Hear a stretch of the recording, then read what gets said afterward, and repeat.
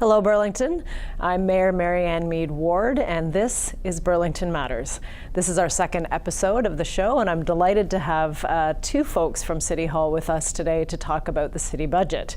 We have Joan Ford, our Director of Finance, and Laurie Javon, who is our Coordinator of Budgets and Policy. So we're going to have a good discussion about where your money goes and where would you like it to go. There are still some opportunities for you to be involved in this year's budget discussion. We won't make that decision till March, so I hope you get involved and we'll have some information for you on that. So let's get started.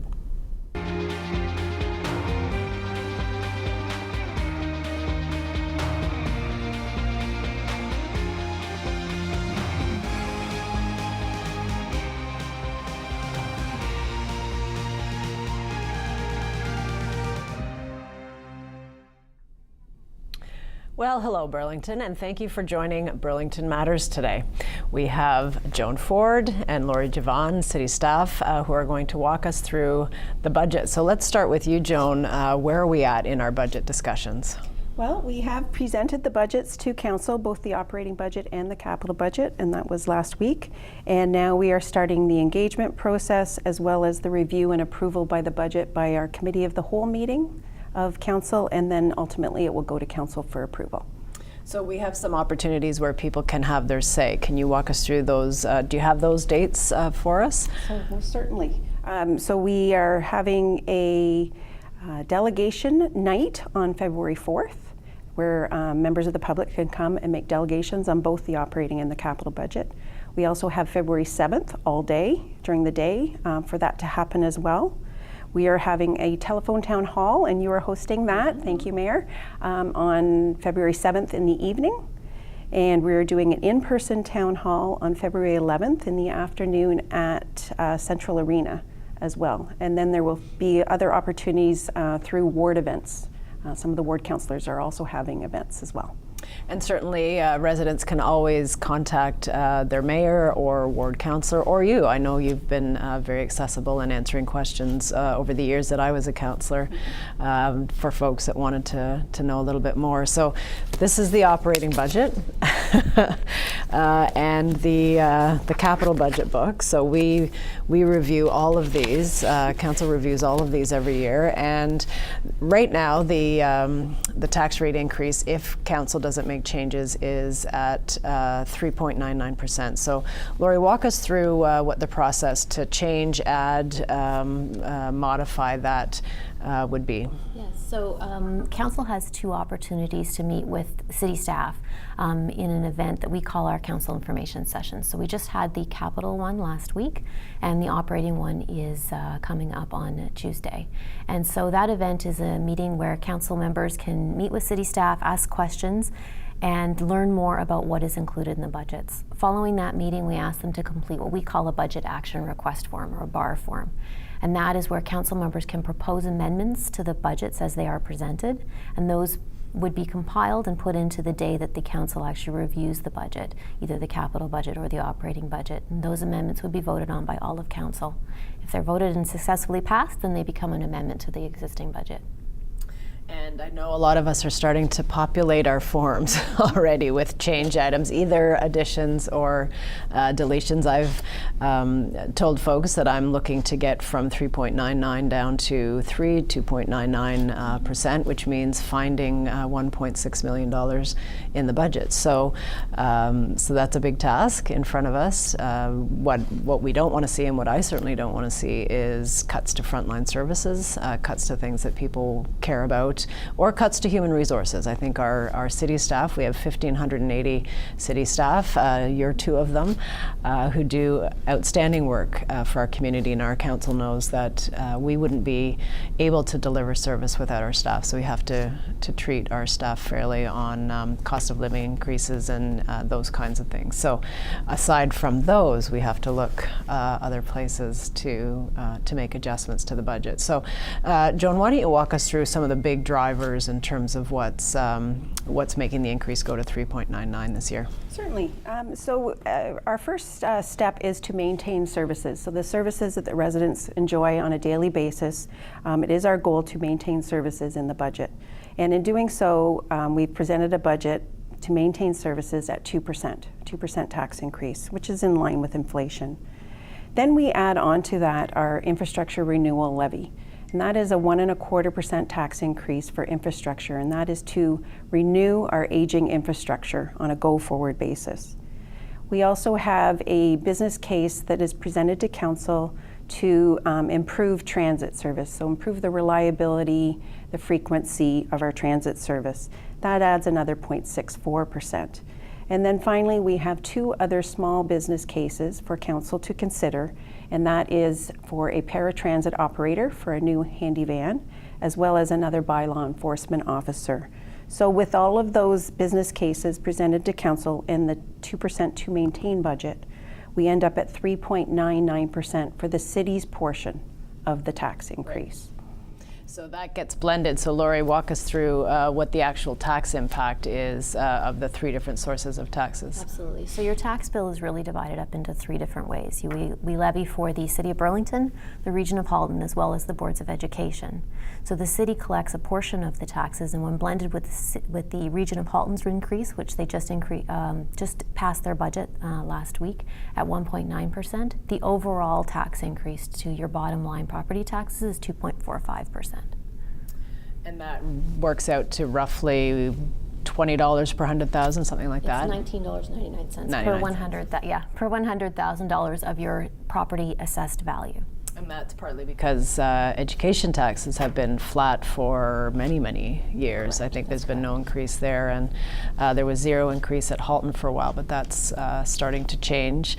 Partly because we know at Halton Region and even in Burlington that that population growth alone doesn't pay for all the services that you need with a growing community. It overall, the taxes as well as development charges covers roughly 80% of what a new community needs. So in fast-growing communities like Milton, we've certainly seen very significant tax increases. And in fact, I think this year their budget started around 8 or 9%. Fastest growing community, and it's counterintuitive. You would think the population growth and the new tax revenue from those folks would keep it down, but it doesn't. And they did. I think they just recently either passed or proposed to get it down to about 3.9, which is where we're at. So some significant changes and challenges there. So let's talk about some of the specific things that are going to be in the budget. You mentioned transit. So there's 3 new buses and it's 6 new drivers, I think. What will that get us? What will that get the community in terms of better service? I think first and foremost, it's better reliability. So the customer has said they need to be able to rely on transit in order to use it more often.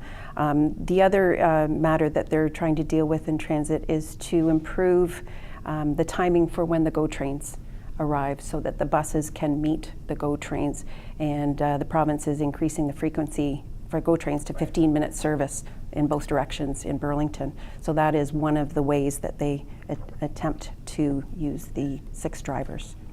And we know that there's been an increase in handy van use. We have an aging population that have mobility challenges, but it's not just older folks that take handy van. There are a lot of folks that have mobility challenges or in wheelchairs for illness, accident, other causes. So we've seen an increase. Lori, do you have a sense of what that increase has been in handy van? And we're adding, I think, we already have the bus, I think, the new handy van. We're just adding the driver this year. The capital budget does propose to add the bus as well, so we will be purchasing 1 additional bus to bring the fleet up, as well as then of course the operating budget pays for the driver and the fuel related to that.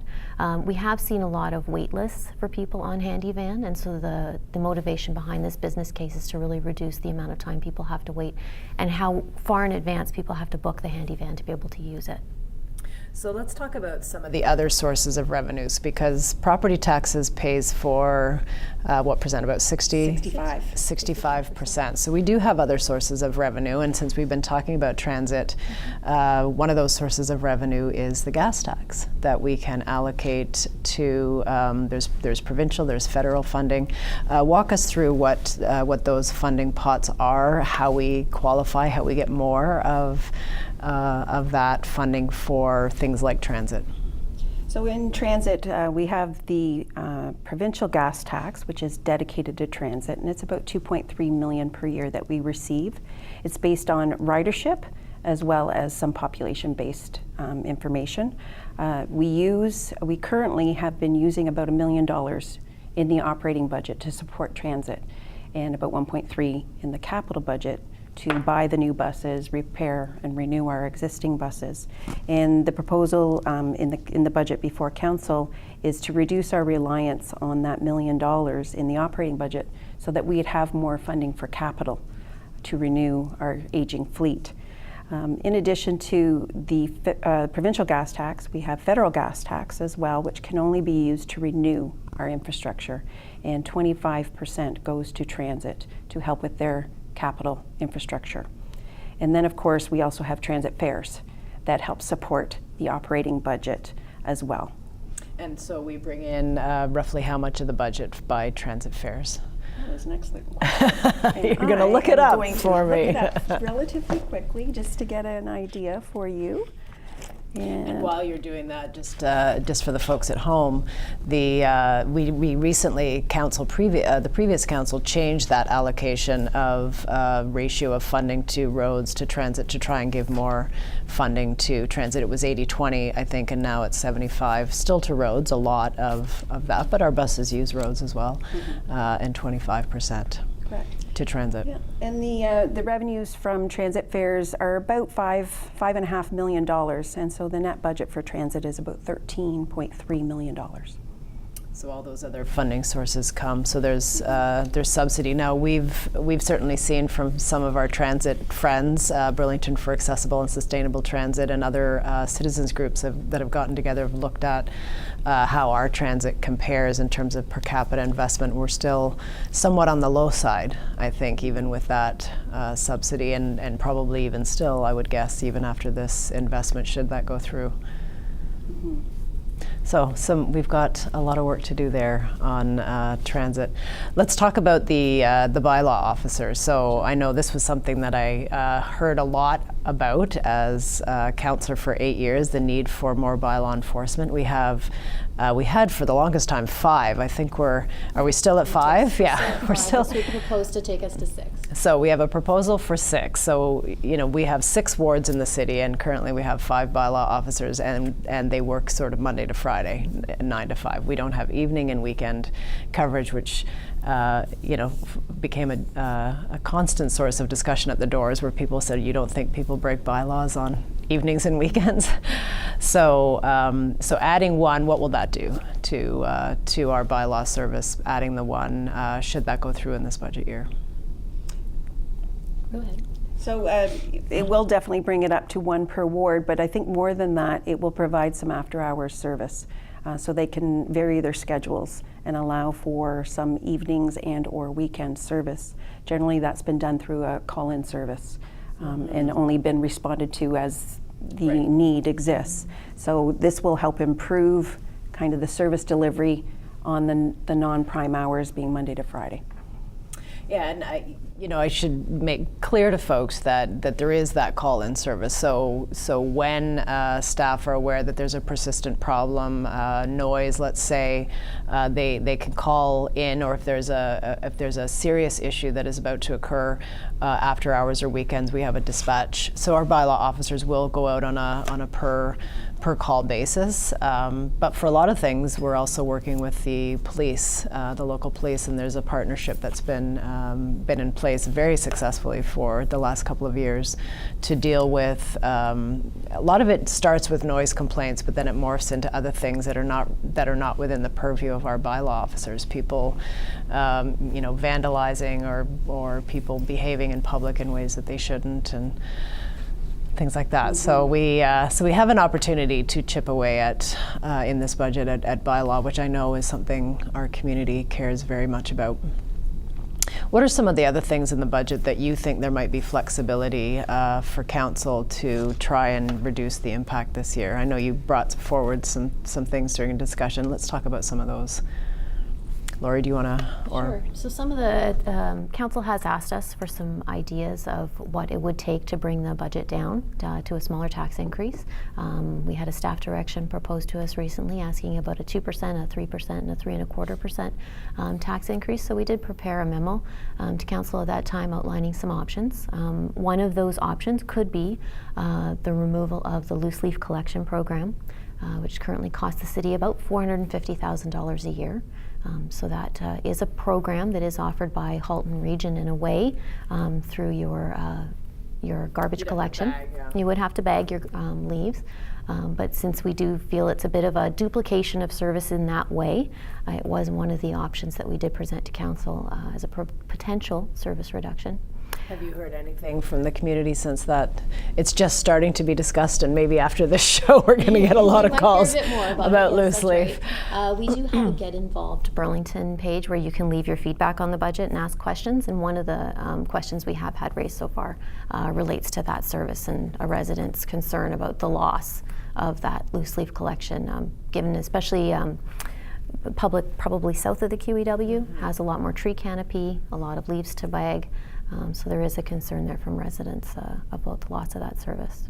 I was at a community meeting yesterday, and it certainly came up, and it was definitely south of the QE, and folks were saying not to touch that. I won't be bringing a motion forward to eliminate that. Just to be very clear, I don't like the leaf pickup program. I will be clear about that too. I think we always have challenges with the timing. In our neighborhood, the leaves don't drop often till after the first pickup. So we've been mulling whether we eliminate that first pickup and just have the second pickup. I'm not sure if it would save us exactly half the cost. It's not quite that easy to do that math, but we have that. People put them out too early. They blow around. If a snowstorm comes early, we have to switch into snow operations, and so they don't get picked up at all. So we've had lots of bumps along the way. My preference would be for us all to be able to bag, but people that are near and dear to me who will remain nameless would not be happy about removal of the LEAF program. Plus a lot of residents who it would just be impossible to bag. I mean, some of the properties in the south and the degree of leaves that they get is 20, 30 or more, and these seem to be on relatively small properties. So it's one of those things when you introduce a program, it's very hard to claw it back. So I'm not sure that one will fly in the community, but very interested to hear from folks. And you mentioned Get Involved. I think the web address is getinvolved.ca. Getinvolvedburlington.ca. Getinvolvedburlington.ca. So there's lots of different surveys on there, but we've got the budget. We've got the budget one up there. Why don't you walk us through what the new sort of online budget feature is as well, since we're talking about ways people can view it and leave feedback. So again, on that getinvolvedburlington.ca page, you'll have a few different ways to engage with us on the budget. The first is a question and answer posting, so you can definitely leave any questions you have on the budget there, and we get back to you. We try to do it within 48 hours. To provide a response. There's a feedback functionality as well. If you don't have a question but you just want to leave a comment on the budget, that's available as well. And then we do have a link to our open budget web portal. So what that does is allow people who don't necessarily want to read one of these budget books to go through in kind of an online format of viewing the budget. There's a way to view the operating budget, and it's more of just a click and a point and click type of exercise. And then the capital budget is quite interesting because it's more of a map feature. So if you're really looking at areas within your ward or down your street or in your neighborhood, you can click on the map and zoom into your region of the city and see what type of capital works are going to be done in your neighborhood over the next 10 years. And by clicking on any of those projects, you'll learn a little bit more about it, see some pictures, learn about the timing of the project, and read the information about what's proposed to be done. Yeah, it's a very, very helpful tool when we got the demonstration. And will that stay live throughout the year, so if people want to check back and see the status of projects and whether they're completed or what's happening with them? So the functionality of the system is really just the budget itself. We can certainly leave it live so people understand what projects are planned, but as projects get started, then it's really visiting the city's main website. We do have a projects page where you can see individual projects, and that's maintained as projects get tendered and the work starts to get done. That's where you'd learn about the information on the status of it at that point.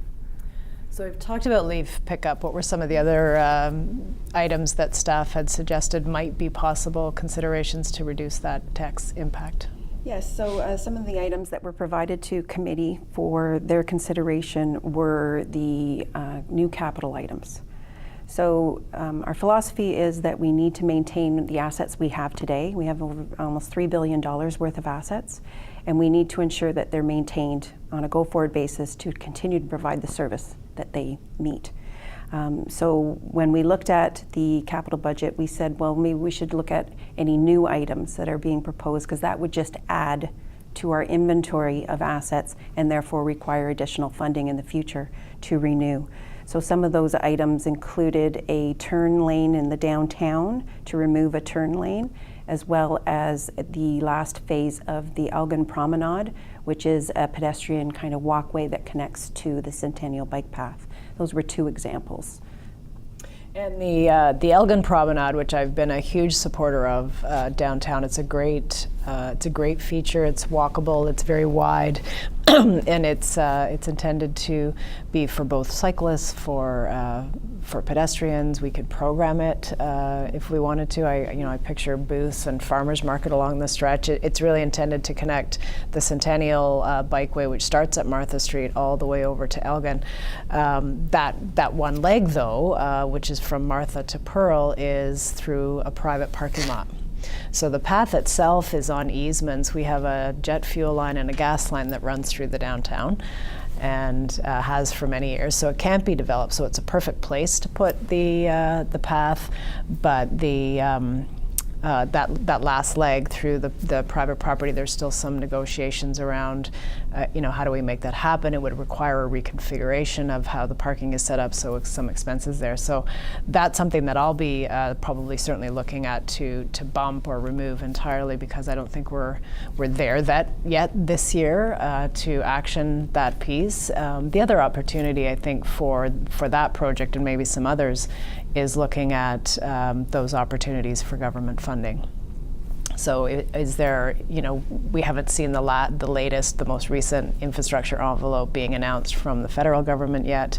There may be provincial dollars for some of our projects. So keeping an eye on that. And I had the opportunity recently to meet with Karina Gould, our local MP. I met with Pam Damoff, our also local MP. And we get 3 in Burlington, 3 MPs that have different parcels. So I have still one meeting left, but those are the kinds of things that we're talking about, is can we share some of that cost and in effect bring some of Burlington's tax dollars back to us to help with some of these projects.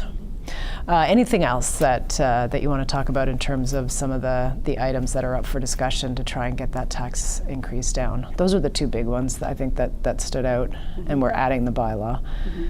Those were the big ones, and I think the only thing I would say is in terms of the capital program, if it is being reduced, it's not just a 1-year reduction. It is a 10-year reduction to the ongoing funding to the capital program. So any reduction that we do make, whether it be for new or for renewal, it does impact on an ongoing basis the existing infrastructure. So we also every year do an accounting to determine how much money has been left over that was not spent. We call it a surplus or a retained saving. I like to call it a surplus because that makes sense to me. Can you give us an idea of where we think our surplus is going to land, and maybe some of that money using that for one-time projects, if there are some this year? Yes, we are still finalizing our year end, but as of today, our number is closer to about $1.8 to $2 million. More like 1.8 million. And we are proposing to use 1.7 million already in this budget for one-time costs. An example is a citywide fire safety program. It's a 5-year program. It's $175,000.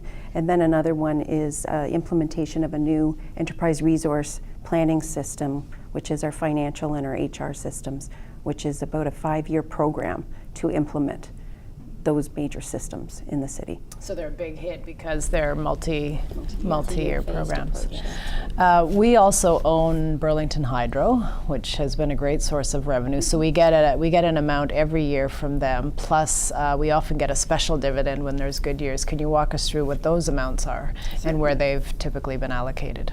Certainly. So we get as a regular dividend, it's normally about $2.5 million on an annual basis. And then we also hold a note, a promissory note from Hydro, and they pay us interest on the promissory note. And together with the dividends and the interest, it's about $4.9 million per year coming in. You also mentioned we have special dividends. They don't happen on a regular basis, but when they do, we get additional money.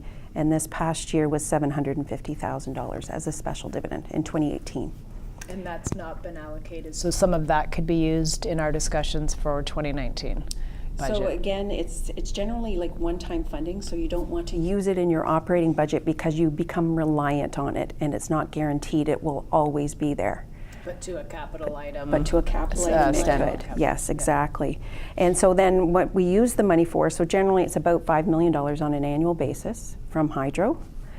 We use $250,000 in our operating budget to reduce the tax rate. Finance has a revenue source in their budget as well. It's a small dollar amount for maintaining the reserve fund. And then we use the rest of the money for the capital program. And by that I mean cash funding. So about $2.1 million each year is brought in to help with infrastructure renewal funding. And then the rest is to pay off special circumstances debt. So this was debt that was issued for legacy type projects. And council approved this back probably about 10 years ago, and we're still implementing that. And it was about $49 million worth of debt for legacy projects. So we're still paying that off with the hydro funding. Thank you. Well, we are out of time. It goes by fast when you're talking about budgets. My final question for you, I hope, is a fun one for folks to get to know you personally a little bit better. Last book or movie that you watched that you really enjoyed? I just went to the movies. I took my mom to see The Upside, and it was just a really nice, light, a bit of comedy. She loved it. I loved it. So really good movie. Nice contrast from budget Yes. books. Yes. I was just at the movies myself recently and saw Bohemian Rhapsody, which I thought was excellent. I left the movie theater singing Queen all night long. I love It's stuck in Queen. your I've head. always loved Queen, and Rami Malek just won a Screen Actors Guild Award last night for that. So It was excellent. That's great. Well, thank you so much for joining us. Thank you, Burlington, for tuning in to talk budgets, and we'll be back in a couple of weeks to do it again with some new topics and some new guests. Thanks for watching.